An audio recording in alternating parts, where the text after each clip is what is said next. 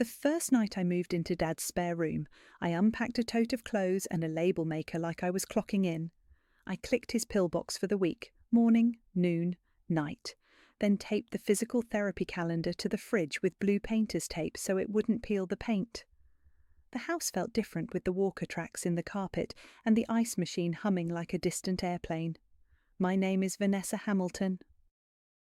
I'm 33, I do billing for a dental office, and for the next few weeks I'm living at my dad's place in Dayton while he recovers from knee surgery. Dad, Ernest 68, is old school in a way that makes sense if you've known him long. He retired from the post office, he still keeps paper warranties, and he likes cash you can hold. My younger sister, Alexis, is 29 and breezes in and out like a well-meaning summer storm. He came home from the hospital on Thursday afternoon after a right knee replacement. His discharge instructions were in a manila folder I labelled Knee Keep, and I read them out loud while he pretended not to listen. Physical therapy is Monday, Wednesday, Friday at 10, with ice 20 minutes every 2 hours in the daytime. No stairs without help, no driving for at least 2 weeks. He scowled at that last part, then asked for coffee like having it would fix everything. I made it and set it on a cork coaster. Cash is honest, he said that evening, scooting to the sideboard by the mudroom with his cane. He opened the top drawer like a ceremony and laid an envelope inside. He'd written RX on the front in block letters and counted out the bills. $4.80, he said, prescriptions and co-pays. I like to see it there. Okay, I said. It wasn't how I'd do it, but I wasn't here to rearrange his insides. The side door opens into a small mudroom, washer and dryer on one side, a wire shelf with paper towels and cereal boxes on the other. Between the mudroom and the kitchen is a narrow stretch of wall where the sideboard sits, half in the camera's line of sight if you know where to look. On Friday, after a package went missing from my apartment last year, I'd bought a tiny motion camera online for cheap. I'd brought it with me, figuring it might make him feel safer about deliveries while he was stuck inside. I set it on the top shelf of the mudroom, pointed toward the door and the sideboard. It connected to the house Wi-Fi after some swearing and one hard reboot. A little blue light blinked and then went dark. Easy to forget. I took the week off using my saved PTO, told my boss I'd be back next Tuesday unless something went sideways. "You're a good daughter," she said, and I felt a mix of pride and a hollow I couldn't explain. My lease was up the same week as his surgery, and instead of renewing, I moved my things into a storage unit and brought the basics here. It seemed sensible, temporary, safe. Alexis swung by Saturday around noon, perfume first, then a flash of hair and a grin. "Ness," she said, like we were still kids meeting on the porch steps. "She's got a way of making every entrance feel like a show." "I can stay for a minute. How's the patient?" "Cranky," Dad said from his recliner, but he was smiling. She kissed his forehead and fluffed the blanket like she'd been doing it all week. "I grabbed some groceries," I said, lifting a canvas bag onto the counter. Milk, eggs, sandwich fixings, his favourite granola, ice packs, the kind that don't sweat. "You can help me put these away, and then I've got to rotate his ice." "Oh, Ness, you're the best." She popped open a cabinet like she owned the hinges. When I set the granola on the wire shelf in the mudroom, I tucked it behind the cereal boxes. We'd all grown up on that brand. Dad still eats it like a religion. Dad dozed through a baseball game while I set reminders on my phone for meds. Oxy at noon with food, blood thinner at 6, Tylenol staggered. Alexis flicked through channels, then checked her phone and sighed. "I'm running to a thing," she said, already standing. "You good here?" "I'm good," I said, shifting the ice machine tube. She picked up one of the canvas bags I'd emptied. "What's that?" I asked. "Just the apples. I'll bring more later," she said, light and quick, and before I could decide whether to argue over 4 Honeycrisps, she kissed Dad's head again and called, "Love you, old man," and was out the door. After I helped Dad to the bathroom and back, I peeled the painter's tape off the calendar and added in big letters, Sunday dinner, 5 p.m, It's a standing thing every other week. Aunt Sophia, Dad's sister, 64, brings salad. Uncle Stuart, 66, carries the heavy dishes and says little.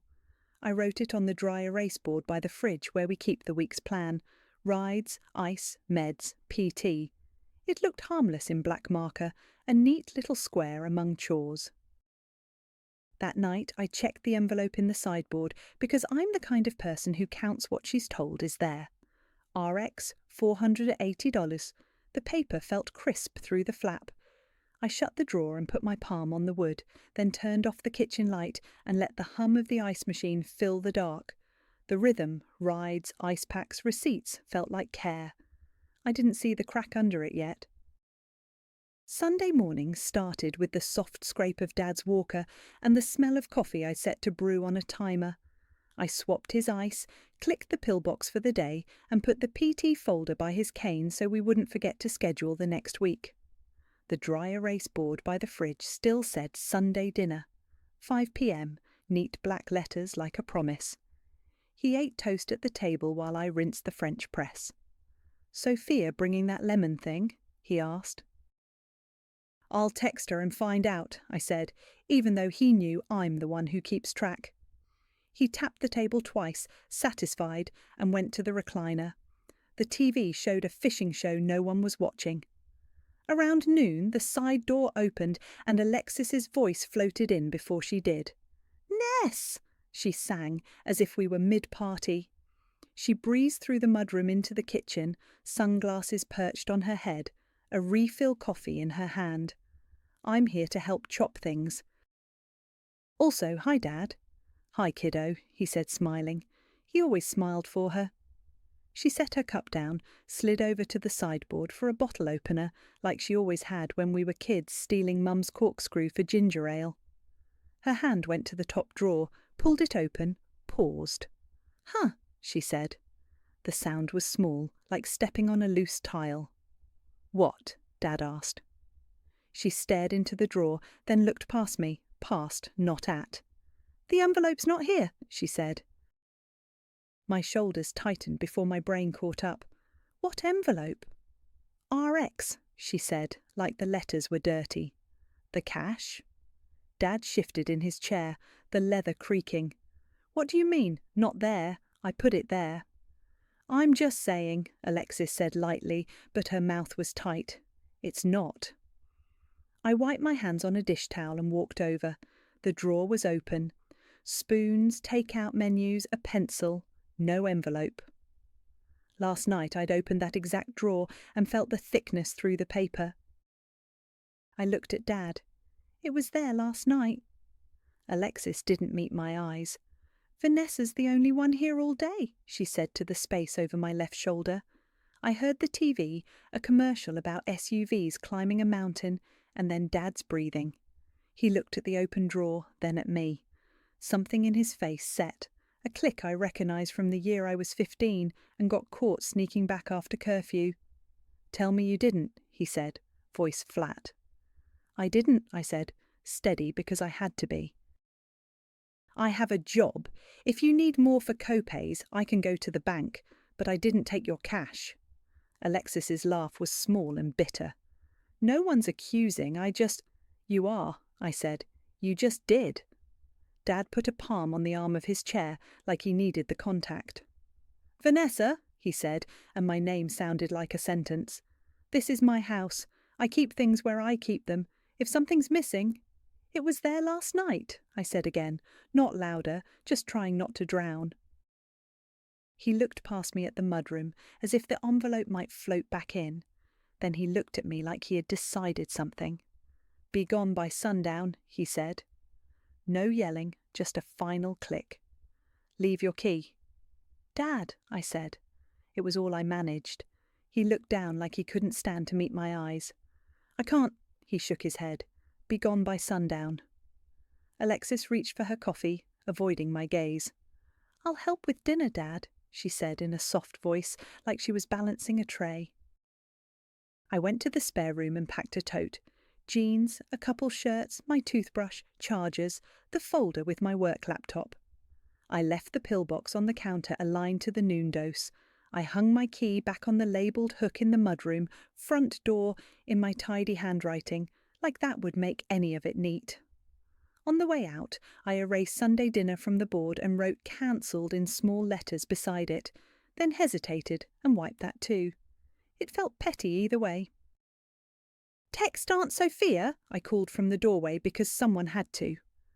"I'll handle it," Dad said without turning around.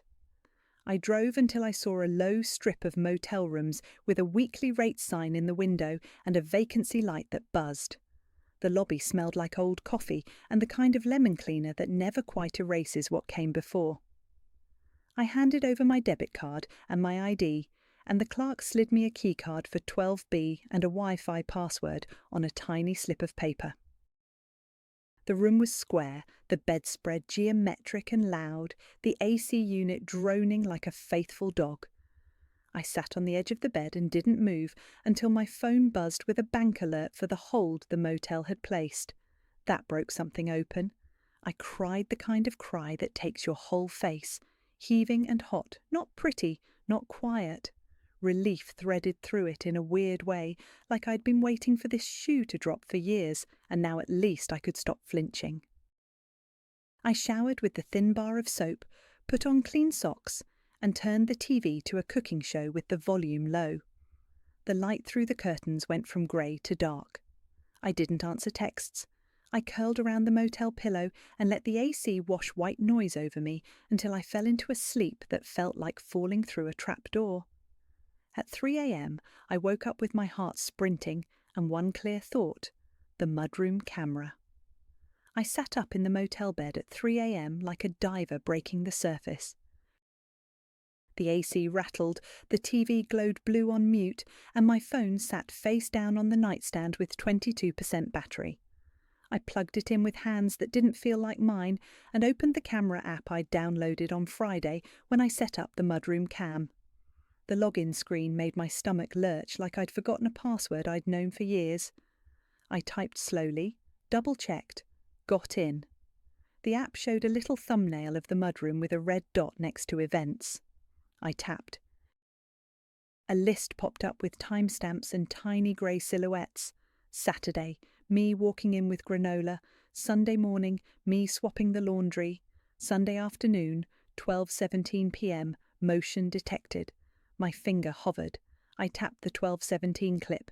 The feed opened on the doorway and that narrow sliver of wall. The top of the sideboard sat in frame. You can see the labelled hook where I'd hung my key earlier, front door in neat black labeller tape, and the edge of the wire shelf with cereal boxes stacked too deep. The date and time stamped themselves in the top right corner in blocky font, Sun 12:17:04 p.m. A purse strap swung into view before Alexis did. Then there she was, stepping in from the side door, the same sunglasses on her head she was wearing when she breezed in. She paused and looked toward the kitchen, listening. Her head tipped like she was making sure the TV was still on and Dad was still in his recliner. Then she turned to the sideboard. She opened the top drawer, the motion smooth, like she'd done it 1,000 times. Her body blocked the view of the inside, but her shoulder dipped, and I watched her hand slide something flat out. The white of the envelope caught the light for a second. RX in Dad's block letters flashed. She didn't fumble. She didn't hesitate. She tucked the envelope against her side, pivoted to the wire shelf, and slid it into a cereal box halfway back. She used her thumb to ease the flap down like it was nothing. Then she smoothed the cardboard with the flat of her palm, once, twice, and glanced toward the kitchen again. She stepped out the same way she'd come in. The clip ended itself. The app dropped me back to the list. My heart was doing its own thing, fast and weirdly quiet. I opened it again and watched the same sequence. Purse, drawer, RX, cereal, smooth, gone. The overlay timestamp was clean. The date was today. There was nowhere for my brain to wiggle out. I hit the download arrow. The app asked if it could save to my camera roll. Yes. The progress ring crawled around in a slow grey circle that felt like a mile. Saved. I opened my email, attached the file, and sent it to myself with a subject line I wouldn't forget. mudroom 12:17 p.m. Then I opened my cloud drive and uploaded it there too, sat through another little progress bar, and then made a second copy in a folder labelled Dad. Back in the app, I scrubbed through earlier clips to be sure. 9:03 a.m, me with a laundry basket, hair in a knot, moving quickly. 9:41 p.m. last night, me checking the drawer, my face half out of frame, opening it, touching the edge of the envelope through the paper, closing it, palm on the wood. Watching myself made my throat hurt. I took a screenshot of the time-stamped frame anyway and saved that too. I set the phone down and leaned my head against the room's thin headboard. The noise from the AC wrapped around me like static. Relief moved through me like a warm wave, proof, clean and simple, right there. It hit a second later that the thing I was proving had existed in the first place. Grief sat down next to relief and didn't move. I got up, paced the strip of carpet between the bed and the dresser, and pulled the curtains back a sliver. The parking lot was a rectangle of sodium light and empty spaces. Somewhere in the motel, someone coughed, a sharp bark, and then nothing. My phone chimed once with the outgoing email confirmation. Part of me wanted to call Dad immediately, hold my phone up to the mic and make him listen. But I could picture the way he would go silent, the way he would protect himself by not understanding, and the way Alexis would tell him it wasn't what it looked like. I needed to be smarter than my fury at 3 a.m. I went back to the app and used the share option to export a second version in case the file type was weird on someone else's phone. I made a 1-minute clip that started with the clear shot of the drawer and ended with her smoothing the cereal box flap. I saved stills of the RX letters, of her hand on the box, of the timestamp. Triple redundancy. If the cheap camera company decided to delete their cloud tomorrow, I wouldn't be empty-handed. When there was nothing left to back up, I finally let myself sit.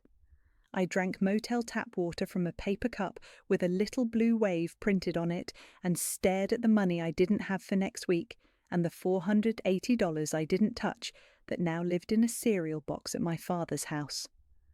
The TV flickered through a car commercial to a show about pancakes. I lowered the volume until it was just image, no sound. The sky outside was still black. I slid under the motel blanket and put the phone on the pillow next to me like a pet I could trust. I had the proof. Now I had to decide what to do with it. By sunrise, the motel coffee was sputtering into a paper cup and my phone was at 100%. I watched the clip once more, then closed the app and got in my car before I could talk myself into anything messy. The drugstore 2 blocks over had a money services counter wedged between greeting cards and the blood pressure cuff. I asked for a money order for $480. The clerk tore it off the stack and slid it under the plexiglass. "Any memo?" she asked, pen hovering. I said, "Yeah," and wrote in neat block letters, "Repayment for what you think I took." It fit in the skinny line with room to spare. The fee was $1.49. I paid cash and folded the money order into a plain envelope I had in my glove compartment, the one I usually use for toll receipts. I sealed it and pressed the edge flat. Back in the room, I made myself sit on the bed and call Harper instead of driving straight to Dad's. She picked up on the second ring. "Hey," she said, voice low, like she knew better than to be bright. "You safe?" "I'm at a motel off Route 4, I said. "I'm okay." "You got a plan?" "I have proof," I said. "From the mudroom camera. It's clear." "I'm not calling him with it." I told her about the money order, about the memo line, about the want in my chest to drive over and shove it all in his hands. "Don't go today," she said. "Sleep, eat, think. Put it on a screen when you're ready so no one can talk around it." "I'm not moving back in," I said, and saying it out loud felt like flipping a heavy switch. Even if he apologises, no caregiving, no errands, no keys. I'll visit as his daughter. That's it. "Good," she said. "Write that down and say it like a script when you have to. Also, go buy the cable." I laughed once, sharp.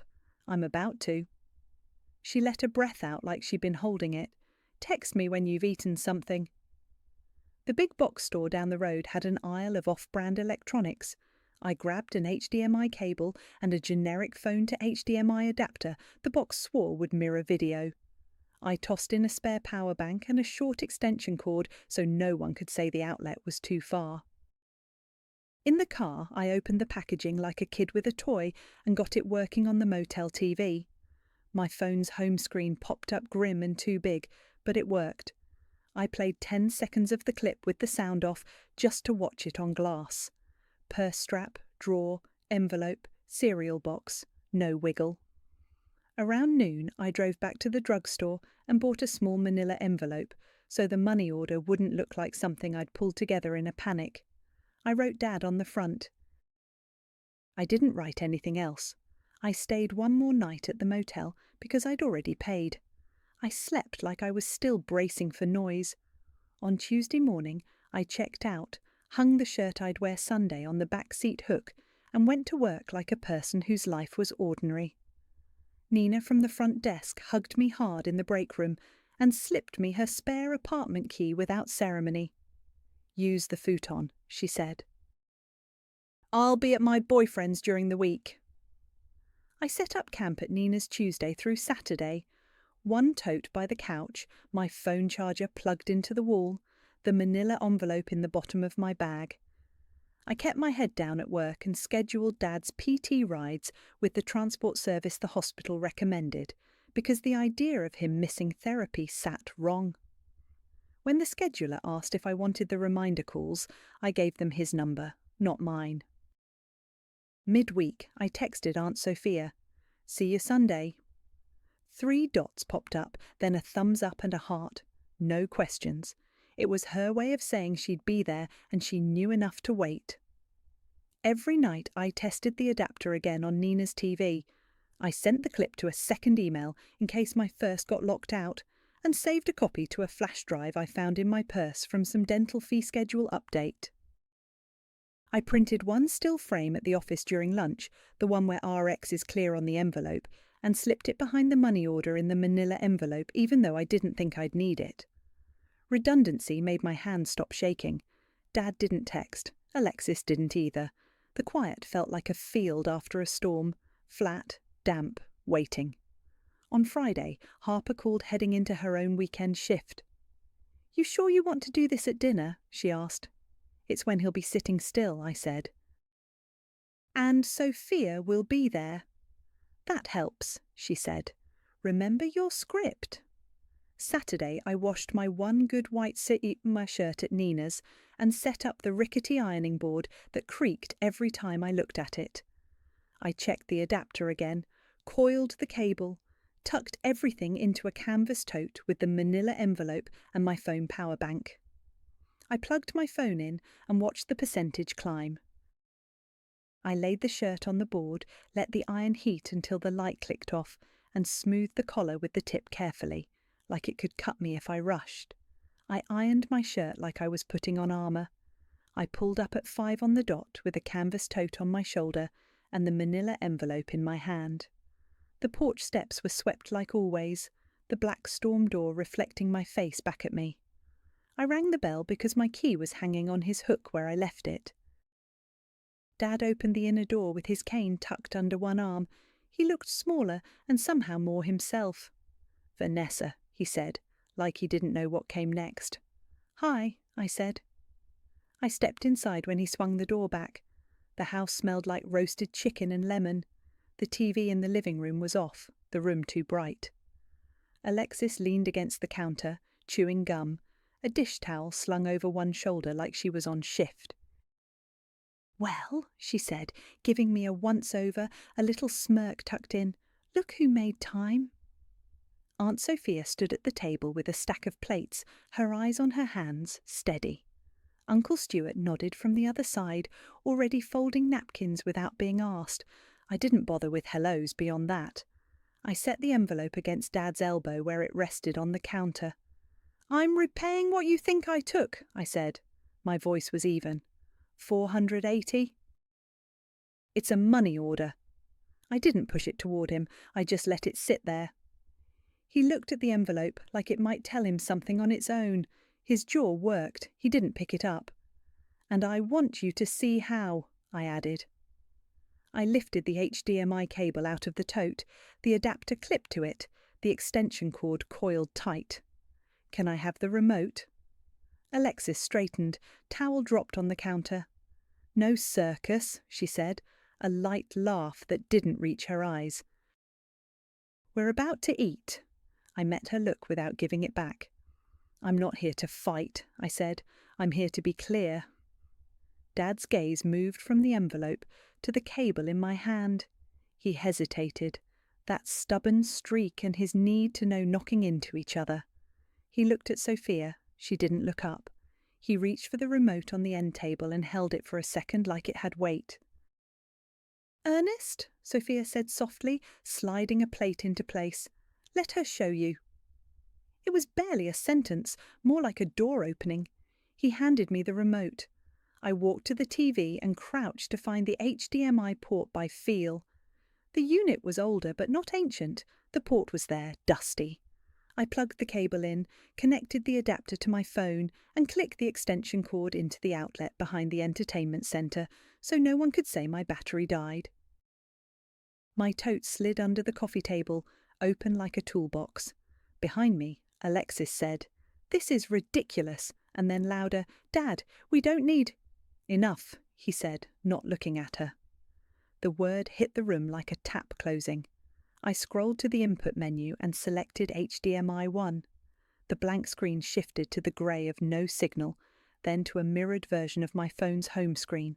Stark, familiar icons blown up to the size of plates.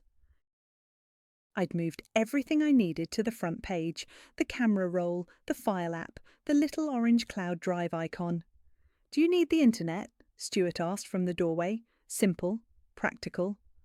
"I brought my own," I said, tapping my hotspot on. I hit the side button to kill notifications because the last thing I wanted was a text popping up in the middle of this. Dad had moved to the edge of the recliner with care, cane hooked on the arm. He still hadn't touched the envelope. His knuckles were white on the chair edge, the way they got when he was bracing for pain with the stairs.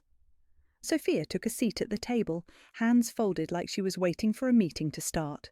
She and Stuart had set out the salad, her lemon thing in a glass bowl, the big wooden spoons poised. Alexis stood behind the counter now, arms crossed, gum stopped in her cheek. I took a breath I tried to keep small. I opened the video folder and pulled up the clip I'd named Mudroom 12:17 p.m. The thumbnail was the mudroom, edge of the sideboard, my neat label on the key hook, the cereal boxes stacked too deep on the wire shelf. "Ness," Alexis said, sweet and warning. "Don't." I didn't look at her. "Remote?" Dad asked, and I realised I still had it in my hand. I passed it to him. He didn't touch the buttons, he just held it like a permission slip. "I'm going to hit play," I said, more to the room than any one person. My hands were steady. I could feel my pulse in my throat, but my thumb didn't shake. Alexis blew a breath out through her nose. "This is messed up," she muttered. Sophia didn't turn her head, but I heard her say, "We're all watching," which was the closest she got to taking a stand before the ground moved under you. I glanced at Dad.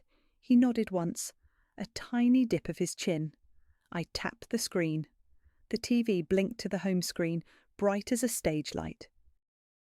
For a second, the TV showed nothing but my phone's icons, too big and too bright. I tapped the file in my cloud drive, the 1-minute clip I'd trimmed, and the screen went grey with a little spinning circle in the centre. Alexis gave a tiny laugh, relieved. "Guess it's not meant to be," she said. I kept my voice even. "Hang on." At the top of my phone, the Wi-Fi fan lit up with Dad's network name. Of course it had auto-connected. I'd used it when I set up the camera. The signal bar was low, one thin curl. I swiped down, turned off Wi-Fi and toggled my hotspot on. The little chain link icon popped up. "I'm not here to fight," I said, eyes on the screen. "I'm here to be clear."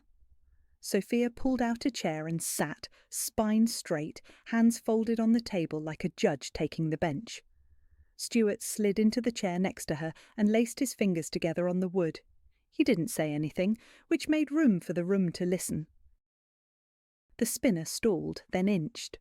A progress bar appeared, white on grey, crawling left to right. My chest thudded, steady but noticeable, like someone practicing a drum in the next apartment. The house smelled like roasted chicken and lemon and a faint hint of Dad's menthol rub. "We could just eat," Alexis said to the counter, flipping the dish towel over on itself. "This whole—" "Enough," Dad said again, not loud, the words small and final. He'd moved to the edge of his chair, cane hooked on the arm, remote resting on his thigh. He hadn't picked up the envelope I'd set by his elbow. He watched the TV like it was a weather report that might change where he drove tomorrow. The bar crawled. 50%, 65, 92. Each tick felt like a rung on a ladder I was climbing in front of an audience. I took a breath and let it out through my nose so my voice wouldn't shake if I had to speak. "Do you need me to move the router?" Stuart asked, practical in the silence. "I've got it," I said. "It's loading." I slid my phone a little closer to the window anyway, a reflex I didn't know I had. The extension cord hummed faintly behind the entertainment centre, my cable connection snug. I'd practiced this, and that steadied me, the small competence of cords and ports doing what they were supposed to do. Alexis picked up her gum wrapper and crumpled it, the sound loud in my ears. "You really came in here with a whole AV setup," she said, almost admiring, almost mean. "Shh," Sophia said without looking at her. It wasn't harsh, just a lid placed gently on a pot that wanted to boil over. The bar reached the end and went still. The first frame blinked up, the mudroom doorway, that narrow slice of wall, the edge of the sideboard half in the shot. The key hook I'd labelled front door sat in view, my tidy black tape readable even blown up. The wire shelf with the cereal boxes stacked 2 deep hovered to the right, unremarkable and suddenly important. "That's our mudroom," Dad said, low, like he was telling himself what he was seeing. "Today," I said, 12:17 p.m. I didn't need to point. The timestamp sat in the corner, in blocky white letters. Sun 12:17, 04 p.m. The camera had given me that part clean. Alexis shifted her weight. "What is this?" she said flatly, as if the room had changed languages on her. "What it looks like," I said. I could feel the urge to soften it, to make it easier to swallow. I didn't. I kept my hands where everyone could see them, one on my phone, one at my side. Dad's fingers tightened around the remote, like he could hold himself steady by holding that. His jaw worked once. The room had stilled itself, all the ordinary gears paused, the ice maker not dropping, the refrigerator not kicking on, the clock over the sink ticking so quietly I only noticed it because everything else was quiet. I glanced around just enough to register where people were. Stuart's eyes were on the screen, not darting, and his hands were still folded, knuckles pale. Sophia's chin was up a fraction, her mouth a straight line. Alexis's arms were crossed, shoulders higher than usual, deflective. She was a kid at the principal's office, pretending the chair was comfortable. My phone screen stayed awake under my thumb. I checked the battery percentage out of habit, even though it was plugged in. Full. No excuses left in the tech. "I want to be clear about 2 things," I said, not taking my eyes from the image. "After this plays, I'm not moving back in. No caregiving, no errands, no keys. I'll be your daughter, Dad, not your nurse. And I brought a money order for exactly what you think I took. It's by your elbow." "I see it," he said, barely more than a breath.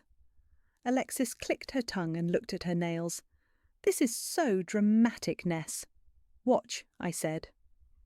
Outside, a car went by, a hiss on the slow street. Somewhere in the house a pipe ticked. The TV held that still frame like a held breath.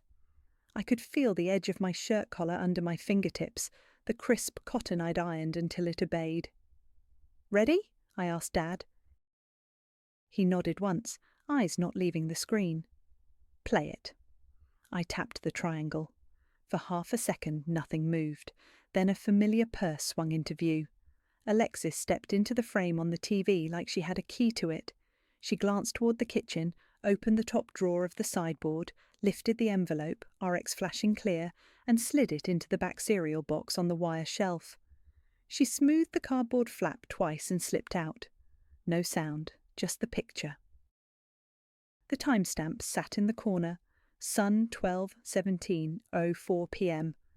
"That's not today," Alexis said fast, pointing, grabbing for anything. "You said today."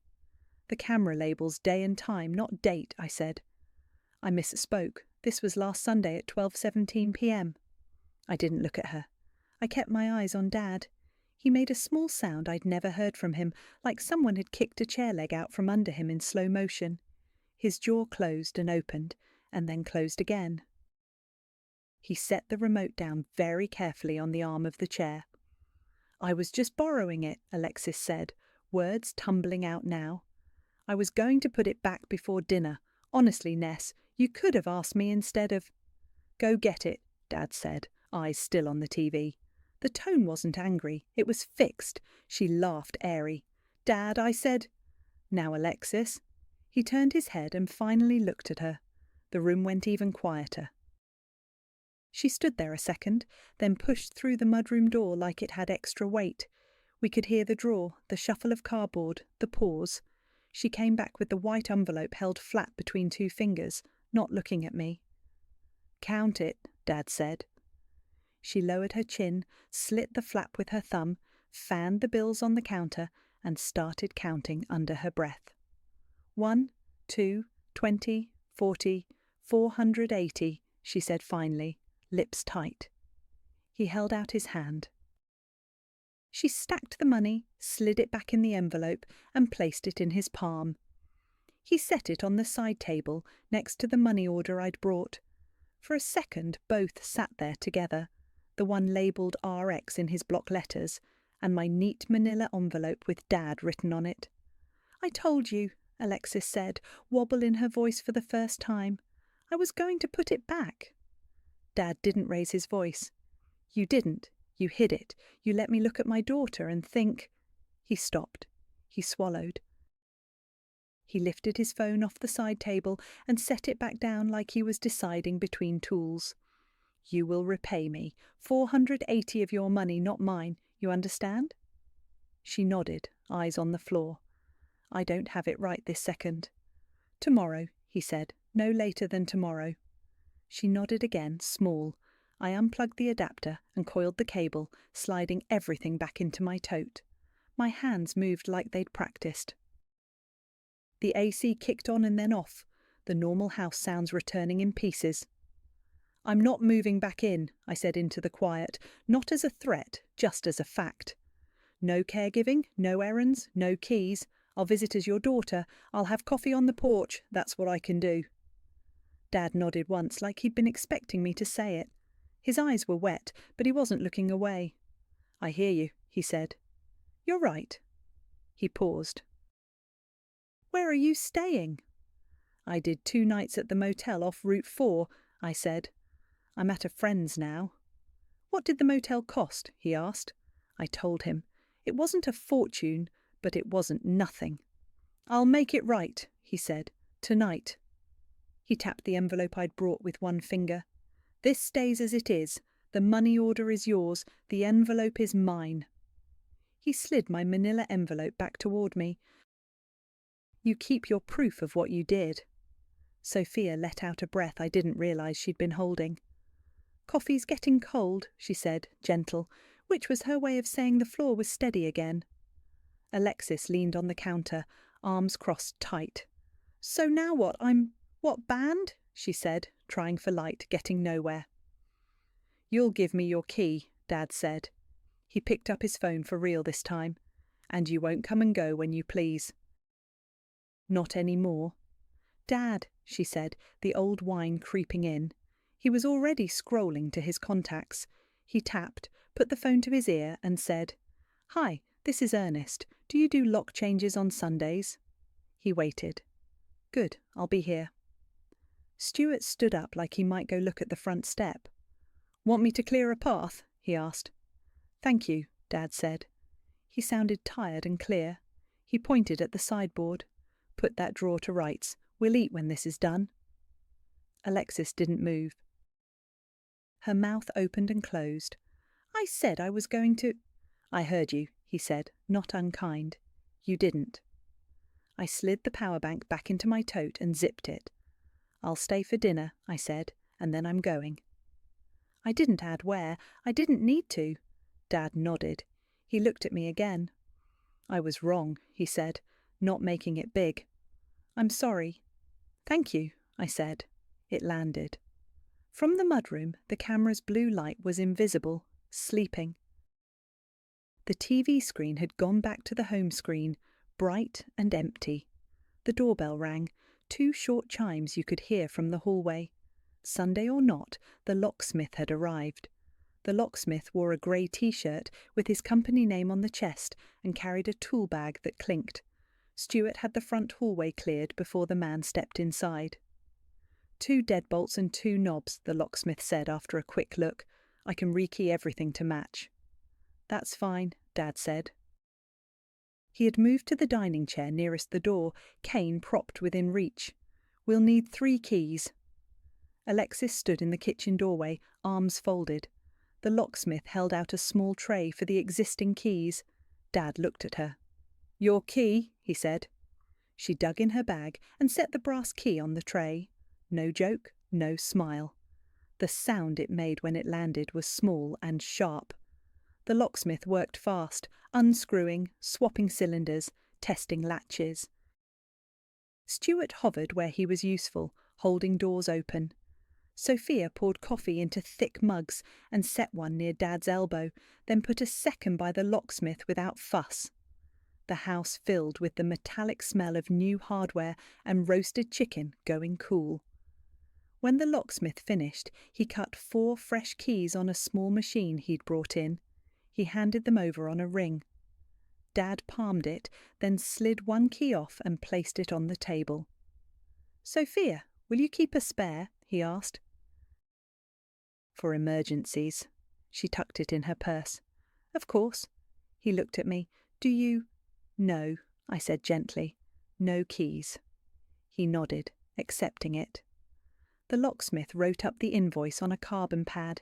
Dad didn't flinch at the Sunday rate. He peeled a cheque from his chequebook, filled it, and signed with his blocky hand. When the door shut behind the locksmith, the house felt quieter, like it had been reset. We ate. Plates moved hand to hand. The lemon salad was bright. No one talked around anything. Alexis picked at her food and kept her eyes on her plate. Stuart asked Dad how the swelling was. Dad answered like a man who'd decided to tell the truth now. "Less today," he said. "Hurts different. I'll keep icing." After we cleared plates, Dad tapped his pen against the chequebook. "What did the motel run you?" he asked, already turning to a blank line. I told him the 2-night total. "And the cable?" he added. I pulled the receipt up on my phone and read the amount. He wrote a single cheque that covered both. He slid it across to me on the table, no flourish. "I'm sorry," he said again. "This is not everything, but it's a start." "Thank you," I said. I tucked the cheque into my wallet and left the money order in my tote. I wasn't giving that away, not anymore. When I stood, he stood too, slower.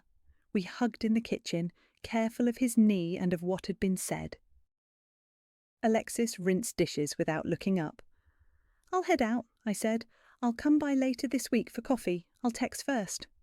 "Okay," he said. "Porch will be ready." On the porch, Sophia hugged me tight and then held my shoulders. "Call me if you need anything," she said. "I mean it." "I know," I said. "Thank you." Alexis followed me out to the driveway. For a second I thought she might say something that would change this. She lit a cigarette she didn't finish and said, "Whatever," into the space near her shoes. I got in my car and drove away without turning the radio on. Monday morning, my phone buzzed with a photo from Dad, a neat stack of bills on the kitchen table next to a sticky note that said, "Repayment from A480. Under the photo he'd typed, "She brought it before work." I wrote back, "Good." He replied with a thumbs up and a note about his transport pickup time for PT. "Tenai, they called," he wrote. We were learning to keep our lanes. By Wednesday, I'd found a month-to-month sublet across town. First floor of a small house that had been chopped into 3 units. It smelled like Murphy oil soap and the last tenant's spices. The floors squeaked, and one window in the bedroom stuck unless you lifted and pushed with your hip. The rent fit what I could swing. I signed, paid the deposit, and moved a mattress, a lamp, and 2 crates from my storage unit. I slept that night like my body had been waiting for that bed for years. On Thursday, I took coffee to Dad's porch. I texted when I pulled up. He waved me to the bench, and we sat under the little eave while a light rain started. We talked about the Reds, his PT tech who was all business, and the neighbour's dog that kept escaping. When my timer buzzed at 50 minutes, I stood. "I'll see you Sunday," I said, "after lunch." "Okay," he said. He didn't ask for a ride anywhere. He didn't hint. "Thank you for coming." Alexis kept her distance that week. The next time she came by, Sophia told me later, she had a sack of groceries and left the receipt on the counter without comment. When I saw her next, she nodded hello, eyes clear. "I'm bringing Dad to PT Wednesday," she said. "I'll send you the time." It wasn't an apology. It didn't need to be. I left the camera in the mudroom. It was Dad's house, and he could decide if it stayed. I deleted the app off my phone a week later after I'd stopped checking it out of habit. The money order lived in my desk drawer under a stack of paid utility bills, a silent promise to myself that I would not stand in the same place and get hit again. On a quiet night in my new place, I turned the lock and stood there with my hand on the knob, listening. No TV hum, no ice machine, no footsteps I had to anticipate. Just the small click I'd made and the breath I took after. Peace, it turns out, is the sound of my own keys in my own lock.